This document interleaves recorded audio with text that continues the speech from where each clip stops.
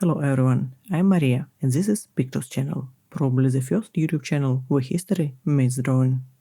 Today we continue our exploration of italic helmets and turn into Samnite helmets. In this video I will tell you about the Apollo Corinthian helmet while doing some watercolor painting as we go along. There are certain difficulties in defining Samnite armament.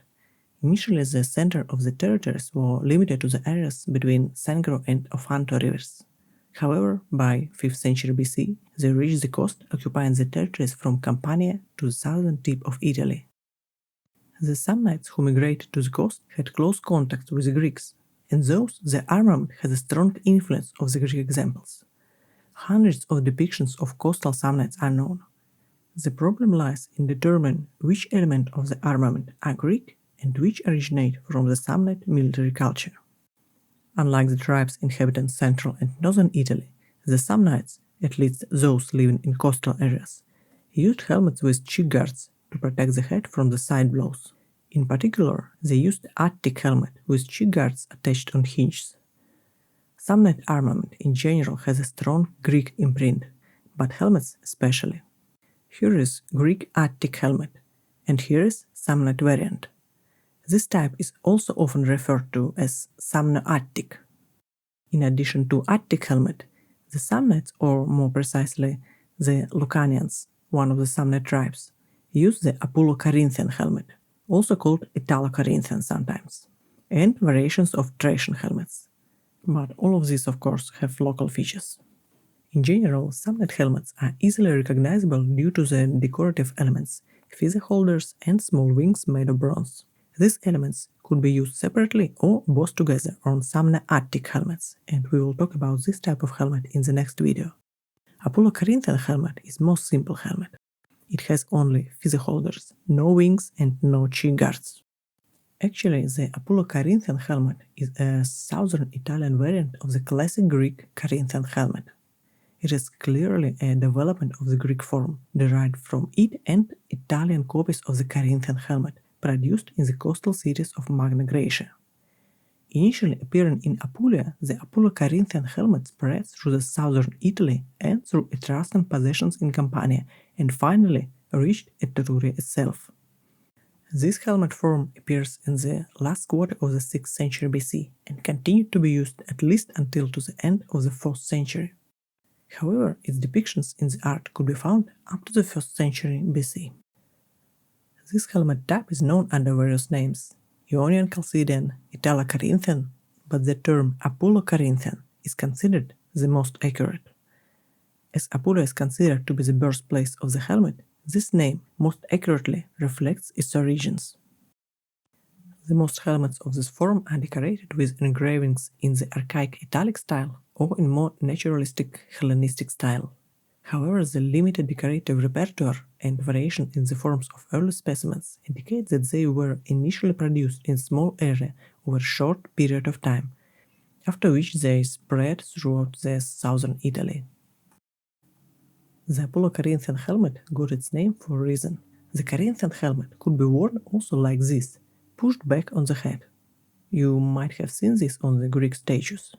The Apollo Corinthian imitates this way of wearing helmet, like Corinthian helmet is pushed back on the head. So don't be surprised that the eye holes here are too small. In this case, they have no practical purpose. And by the way, in some cases there are no eye holes at all. They are simply engraved. So this helmet didn't cover the face, but was worn on the top of the head, like a kind of cap. This helmet is characterized by a rather low dome, or you could call it bowl, with a small neck guard at the back. A distinctive feature is the division between the bowl and the rest of the helmet, marked at the front by embossed eyebrows and brow ridges.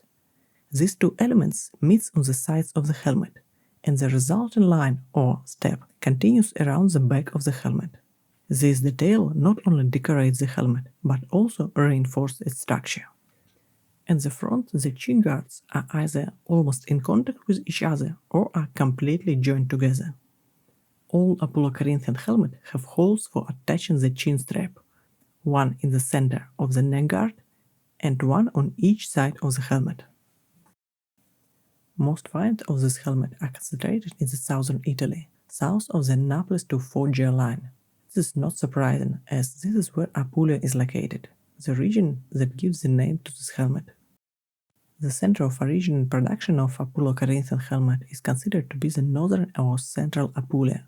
There are especially many finds in the Afanto River Valley. There are also finds in the area inhabited by the Lucanians in the Campania. And of course, we shouldn't forget about the Greeks from the colonies of the Magna Graecia, thanks to whom this type of helmet appeared in the Apennine Peninsula. Outside the main area, Apollo-Corinthian helmets are less common. Several helmets have been found in Thessaly, possibly worn by mercenaries from Italy. And finds in Etruria are likely the result of trade or war trophies. Now let's talk about how Apollo-Corinthian helmets were made. Apollo-Corinthian helmets were crafted in the same way as most other hand-raised bronze Italian helmets of the 5th to 3rd century BC. The process began with a sheet of metal or billet which was first dished by sinking or hammering into a wooden block or former. It was then raised over the stakes of different sizes, and the helmet was finally polished to remove the raising marks before polishing. A distinctive feature of this helmet is the eyebrows and brow ridges, and also the ridges encircling the rear part.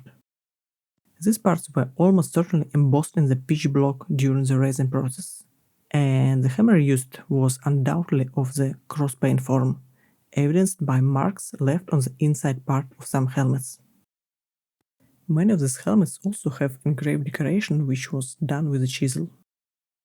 The crest fixtures were made separately, and then they could be riveted or designed to be removable.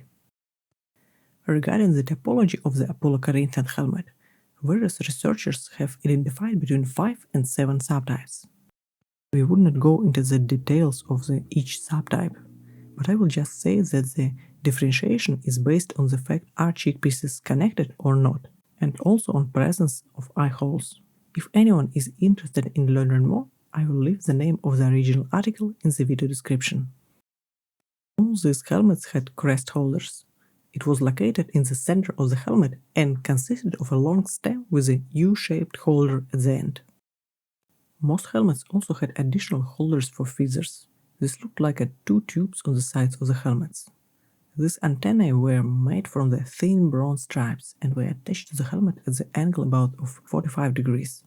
On some helmets, there were small holes in the top of these attachments, probably for tiny feathers. As for the chin strap attachment, the Apollo-Corinthian helmet had 3 attachment points. There was an attachment point on each side of the lower edge of the helmet and 3rd hole in the center of the backplate. Interestingly, none of the surviving Apollo-Corinthian helmets have cheek pieces, which are often found on the other type of helmet of this time. So, special attachment was needed to keep the helmet on the head. Some researchers suggest that the chin strap was simply attached to the 2 rings on the sides of the helmets. However, this doesn't explain the presence of the 3rd hole in the neck guard. And what's more, this type of attachment, using only 2 points, doesn't provide enough stability for the helmet.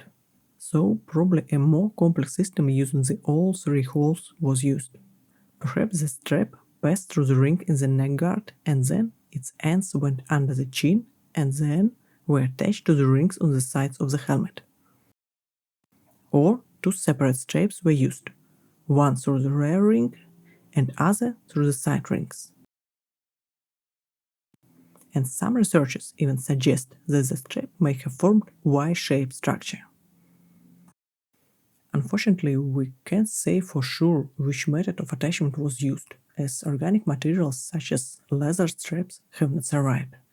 But it's clear that the system was well thought out and provided a secure hold for the helmet on the warrior's head.